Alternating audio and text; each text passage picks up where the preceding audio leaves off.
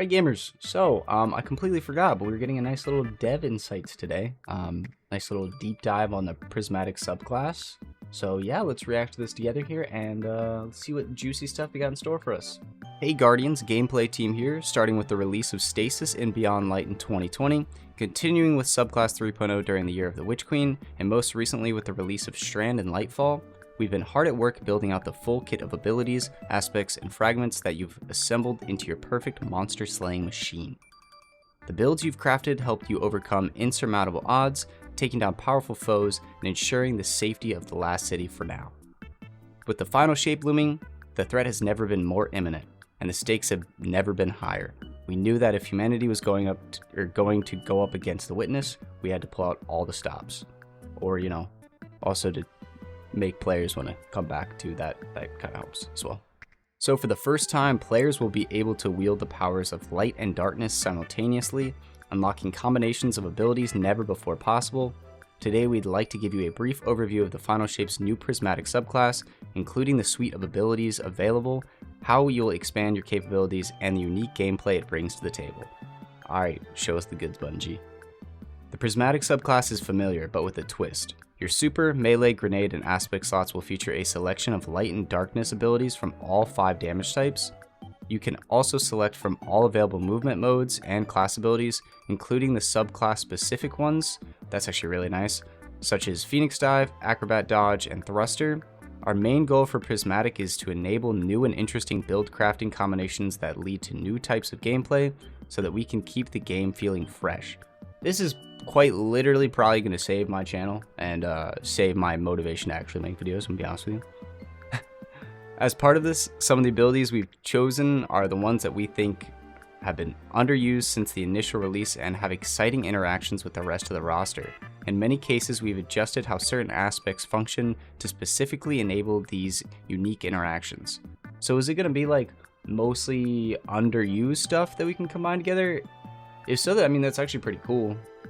With Prismatic, we want to make an immediate impact. From the very first mission of the Final Shape, you'll have access to a complete starting Prismatic build, with a set of light and darkness abilities, aspects, and a full set of fragments. Thank God. If we had to do the Strand or Stasis type stuff again, I'd lose my mind. So let's dive into the details of what these starting builds have to offer, as well as the rest of the abilities you'll be wielding. So Prismatic Hunter. Instinct is honed over years to respond in an instant. The Prismatic Hunter is an evasive and maneuverable, grappling around the battlefield, leaping to advantageous positions with Ascension. Their starting Prismatic build enables that maneuverability, with Winter's Shroud providing a handy debuff that Stylish Executioner, which now triggers by defeating... Wait, what? Wait, by any subclass debuff? Are you serious? Holy! Providing easily accessible invisibility to reposition wherever you need to be with safety. Holy. So, any debuff now can work with Stylish Executioner. I feel like Stylish Executioner is not underused. Stylish Executioner is probably like one of the best things used on Void Hunter. Okay, so you'll be able to choose between the different light and darkness abilities from each column below. Alright, so supers. Storm Edge, which is the arc throwing super, marksman dodge, high jump, combination below, arc bolt grenade, and ascension. It's like all the best options. Golden gun, starting. Oh, so I'm assuming these are the things you start with, and then other things you'll unlock. Yeah, starting indicates abilities that are included in your starting Prismatic build during the first mission of the Final Shape. Okay, so Golden Gun, Gambler's Dodge, Strafe Jump, Knife Trick, Swarm Grenade, and then Gunpowder Gamble. Oh, we're not gonna have Gunpowder Gamble to start. Damn, that would be cool. Okay, Silence and Squall for starting, Acrobat Dodge starting, Triple Jump, Withering Blade, Dusk Field, and then Winter's Shroud, and then Silk Strike, Blink. Wow. That's cool.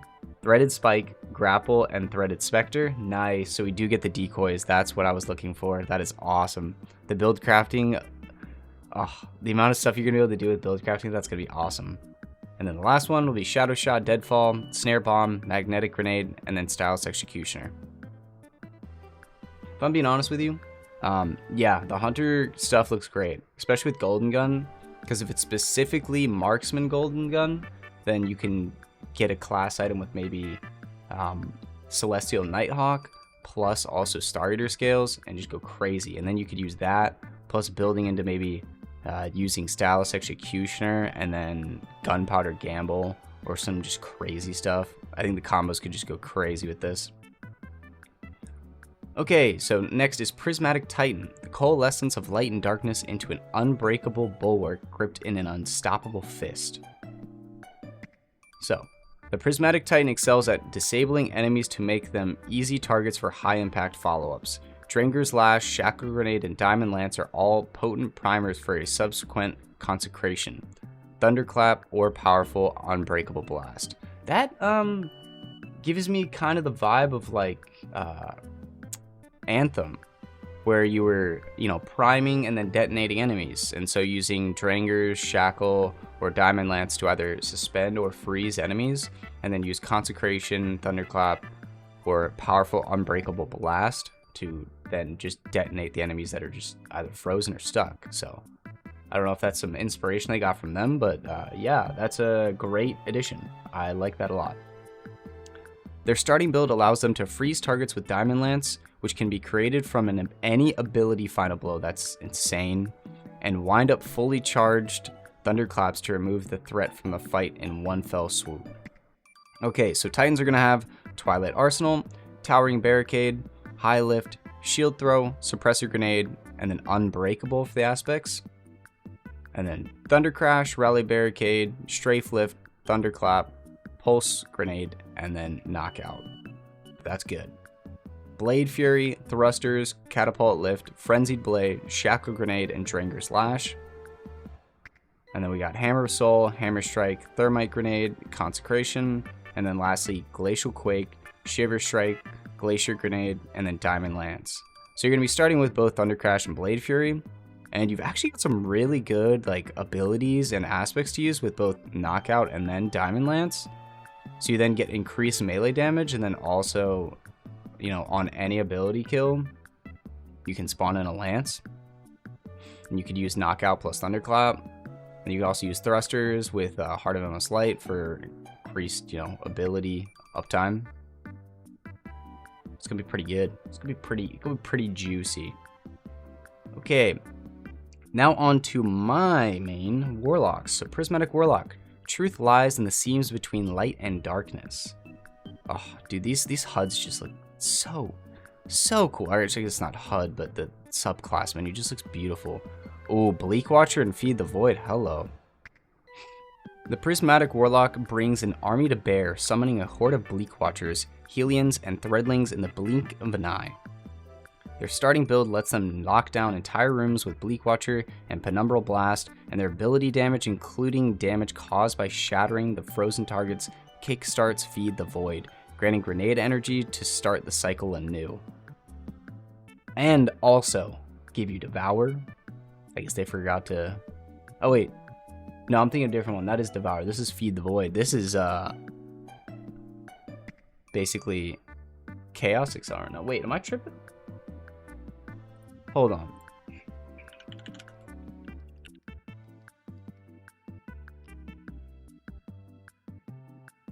Oh, it's Devour. Okay. Yeah, it is Devour. Okay. I knew I wasn't tripping. It's Devour. Yeah. So, for Warlocks, you're going to have... Ooh, this is nice. Okay, actually, I'm really happy they didn't put Well in here. This is great. I think this is great for build crafting, because most builds are usually just going to pop down to, oh, let me just use Well. The only reason I'm bummed that Well's not there is because of Well Skating, because I love Well Skating.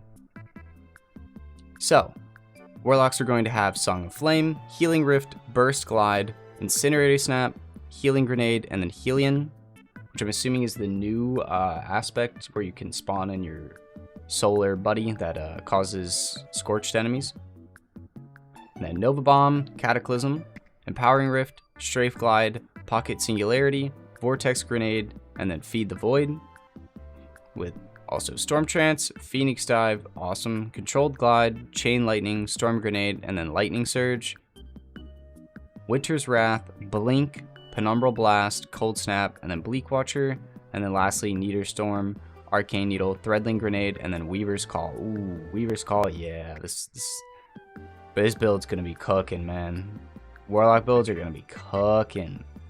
While you'll start off with a fairly focused initial loadout, you'll quickly expand your toolset and possible outcomes. As you continue through the pale heart of the Traveler, you'll uncover the remaining abilities, aspects, and fragments as mission rewards, as well as unlocking them through post-campaign quests as collectibles hidden in the world. That's actually, I like that. I feel like that's nice. It gives you a reason to interact with stuff, find secrets, instead of being like, yeah, get 200 of this material from just mindlessly killing enemies. So I think this is nice. I think this is a nice, like, middle ground, especially since they're already giving us stuff to start with. So our ultimate goal is that as you progress in your journey to save the Traveler and humanity, you're able to continually experiment with new build crafting options and find novel ways to tackle the challenges ahead of you. There's no currency to earn to unlock these new build crafting elements. Thank God. When you find a prismatic chest in the world or after a particularly tough battle, they'll immediately be granted to you and available for use. Huge W, Bungie. Thank you for listening to us. Part of building Prismatic was ensuring that every option and combination felt viable across a variety of content and difficulties. So most of the abilities you've seen here have also had a tuning pass that we'll share in more detail in the lead up to the Final Shapes release. Aspects that were damage type specific have had their requirements loosened when using Prismatic. For example, Diamond Lance and Feed the Void activate from abilities of any damage type, not just Stasis and Void, and Stylus Executioner activates when defeating any enemy afflicted by any elemental debuff, not just Void. Man, it's gonna be so good, man. Stylus Executioner is gonna go so hard. Break past your limits. Prismatic is more than using familiar abilities in new combination. We also wanted to create new gameplay to showcase the player's newfound mastery of the elements. Enter Transcendence. It's the result of the coalition of light and darkness that your Guardian can now control, and enables the use of never-before-seen powers when you're using Prismatic. You'll notice a new bar below your super energy meter. This is the new indicator for the Transcendence light and darkness meters. Oh, okay, so so you have the darkness and a light meter. Okay. Interesting. So, when you deal light-aligned damage, Arc, Solar, and Void, or apply light-aligned buffs or debuffs, the light bar on the left fills. When you deal darkness-aligned damage, Stasis or Strand, or apply darkness-aligned buffs or debuffs, the darkness bar on the right fills. Kinetic damage fills up both bars at a reduced rate. Well, I guess that's nice, so there is a reason to use non-elemental weapons. But that rate increases when either bar is filled, making it a solid choice to help a lagging bar catch up. Okay, yeah, so that's nice. Now when both bars are full and meet in the middle, Transcendence is available. While Transcendent, your melee and grenade energy are instantly refreshed and regenerate more quickly. That's so nice. Dealing damage with a grenade further increases your melee regen, and vice versa. I'm sorry, what? What happened to wanting to nerf ability up to, I mean, hey, I'm not complaining, but like, whoa. Your weapon damage is also slightly increased, and you are more resistant to incoming damage. Do we really need more damage resist and weapon damage? I don't think so. Our goal for Transcendence, both in terms of uptime and potency, is that it feels like a miniature super that's only readily available when your loadout and playstyle interweave light and darkness together in harmony. Being Transcendent also allows you to break the shields of special combatants standing in your way on your journey through the pale heart of the Traveler. These combatants have been bound by the Witness and are invulnerable to incoming damage otherwise. That's actually kind of cool mechanic. I kind of like that. In addition to these boosts, while Transcendent, you'll also have a new grenade, one unique to each class that deals both light and darkness damage types. And here's where it gets juicy, boys. Hunter Hailfire Spike. Throw a device charged with stasis matter and solar energy that attaches to surfaces or targets and then erupts into a slowing storm. After a short duration, the device ignites, creating a deadly scorching cyclone. Yeah, it's so cool looking, man. Titan Electrified Snare. Throw an explosive device energized with strand matter and arc energy that detonates in a supercharged suspending burst. The suspended targets take heavy damage over time and chains jolt lightning to any nearby enemies. That sounds like that's going to be really, really strong. Holy. Warlock Freezing Singularity. Throw a massive void energy and stasis matter. On impact, it deploys a miniature black hole orbited by a halo of slowing ice. After a short duration, the black hole implodes, suppressing and dealing heavy damage to all nearby targets. Now let's talk about Prismatic Fragments. One of these challenges we identified early on was that a lot of power from our single damage type subclasses comes from the network of many interconnected gameplay loops that the player can dip into when they focus their build crafting on a single element. When the player focus is split between multiple elements, we still need to provide enough opportunity for stacking powerful synergies, as well as providing value to the new Transcendence loop. To help us solve that problem, we've increased most prismatic aspect and fragment slots to allow 3, with a with a few of our most potent options staying at a 2 fragment slot. Okay, that's fair. Still having some with 3 is just nice. You're going to need the extra space with Prismatic. From day 1 of the final shape, you'll be able to find or earn a total of 21 fragments, a sizable bump over the typical 14 to 16. Some are reimaginations or combinations of existing fragments, and some are brand new. Unlike our core damage types, fragments and Prismatic are unlocked for all of your characters as soon as you acquire them. Thank God. Oh my God, I would not want to regrind all this stuff multiple times. If you finish the campaign on your Hunter and want to start on your Titan will have all the fragments you unlocked on your Hunter. Here is a look at some of the fragment options you can look forward to. Oh my goodness, they gave us a bunch. Okay, Facet of Balance. Rapidly defeating targets with light damage grants melee energy. Rapidly defeating targets with dark damage grants grenade energy. Okay, that's basically the End of the Light Weapons origin trait, but backwards. But I still like that. I think that's pretty good. Facet of Bravery. Defeating targets with grenades grants volatile rounds to your void weapons. Defeating targets with powered melee final blows grants unraveling rounds to your strand weapons. What? Bro, that combo is insane. So you could then basically rock like Tusk of the Boar plus Recluse or Ross Argo and throw out a grenade and a melee, and then boom, there you go. You got volatile and unraveling as long as you get a kill with both those. That's insane. Facet of Dawn. Powered melee hits against targets make you radiant. Powered melee final blows make both you and nearby allies radiant. That's nice. That is actually really nice. Okay. Facet of Defiance. Finishers create a detonation that either jolts, scorch, slows, severs, or makes targets volatile based on the damage type of your equipped super. What? That's really cool. Huh.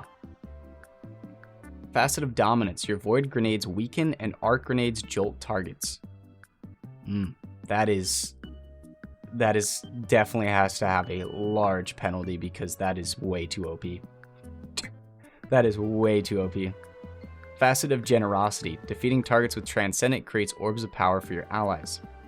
Facet of Grace. Damaging targets with kinetic weapons grants you bonus Transcendence energy. Defeating targets with your super grants you and nearby allies bonus Transcendent energy. Okay, so that's nice if you're wanting to use a kinetic weapon. And then also the super kills sounds kind of strong depending on what super you're using. Facet of Hope. While you have an elemental buff, your class ability regens more quickly. Okay, that's we'll have to see if that's like Ember of Singeing in terms of how quickly your class ability comes back, because if it is, then that is probably a must pick for most classes. Facet of Justice. While Transcendent, your ability final blows explode. What? Oh my god. Boys, we are going beyond power creep here. This is insane. Facet of Protection. While surrounded by enemies, you are more resistant to incoming damage. Ah, okay. So this is like the old Arc one, except for all subclasses now. Facet of Purpose. Picking up an Orb of Power grants either Amplified, Restoration, Frost Armor, Woven Mail, or Overshield based on the damage type of your equipped super. Well, there it is. So I guess we're getting Frost Armor in the final shape finally. That's good.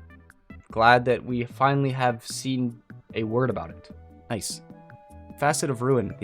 This increases the size and damage of the burst when you shatter a stasis crystal or frozen target and increases the size of solar ignitions. That sounds really juices for a stasis solar build. Sounds really nice, man. We're truly excited at the new possibilities that Prismatic brings, from combining abilities in brand new ways to exploring more build crafting options than ever before. We look forward to seeing what you all come up with as we venture forth into this new era of Destiny 2. Well, boys, there you have it. Prismatic subclass is looking absolutely effing bonkers, and I can't wait to get my hands on it and to do some stupid build crafting. I really like how they built out the grenades, like the Transcendent grenades, and how that you want to do a nice balance of light and darkness so that you can kind of fill up your gauge evenly, so that you can then just pop off and use your like crazy grenade, and then also just get really high grenade and melee damage grenade and melee uptime, and then also you get free weapon damage and damage resist while in that state. So it'll be interesting to see like what's the best combo to kind of like make that like just go crazy. But anyway, see you guys next one. Peace.